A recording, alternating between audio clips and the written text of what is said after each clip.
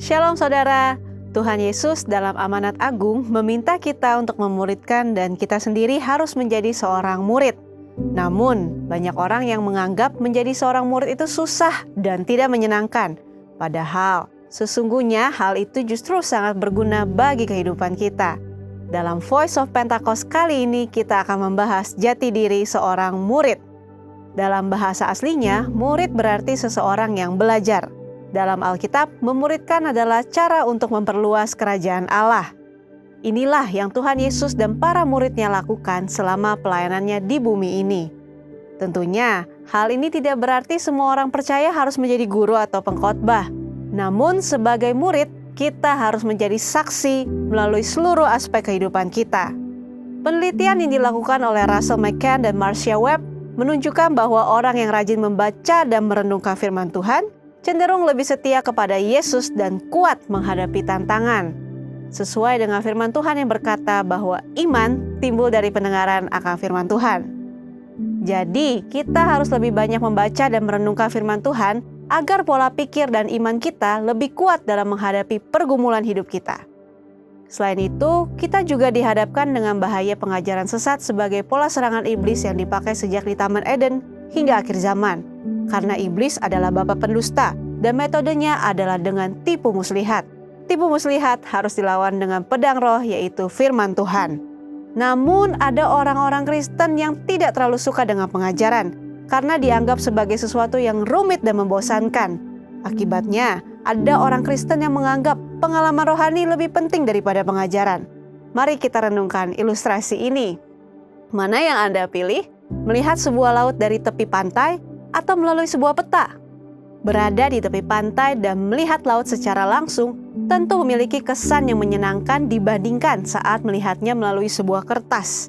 Pengalaman rohani sama seperti melihat laut secara langsung, namun dengan peta kita dapat menyeberangi lautan karena dibuat berdasarkan pengalaman banyak orang.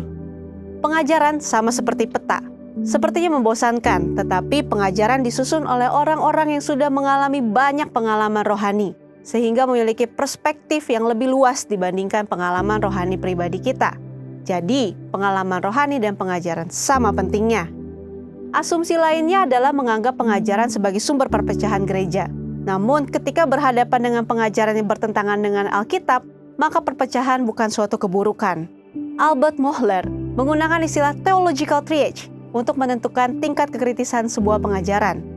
Tingkat pertama, yang paling kritis, yaitu pengajaran dasar yang mempengaruhi keselamatan seseorang.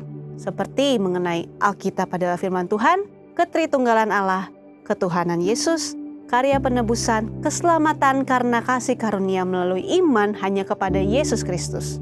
Pada tingkatan ini, maka perbedaan pengajaran sekecil apapun tidak dapat ditoleransi, sehingga penolakan dan perpecahan tidak dapat dihindari. Tingkat kedua adalah pengajaran yang tidak mempengaruhi keselamatan namun berpotensi memisahkan gereja.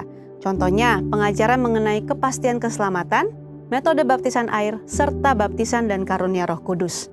Mungkin saja kita memiliki doktrin yang berbeda dengan gereja non-Pentakostal, namun kita tidak dapat mengatakan bahwa mereka tidak diselamatkan selama mereka percaya kepada Yesus Kristus sebagai Tuhan dan Juru Selamat. Tingkat ketiga, pengajaran yang berbeda namun tidak esensial untuk memisahkan gereja, seperti pengajaran mengenai urutan peristiwa Second Coming dan akhir zaman.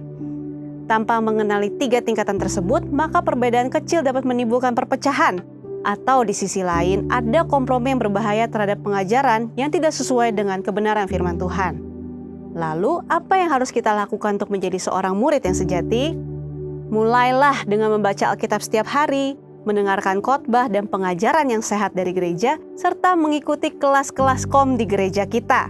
Ingat, seorang murid itu belajar. Tuhan menegur bahkan mengutuk orang yang malas, termasuk yang malas belajar. Marilah kita bertekun dalam pengajaran dan Tuhan berjanji akan mempertajam telinga kita sebagai seorang murid. Saudara, untuk penjelasan lebih lengkapnya dari tim teologi kami, silakan buka link yang ada di atas atau scan QR Code yang tersedia. Tuhan Yesus memberkati.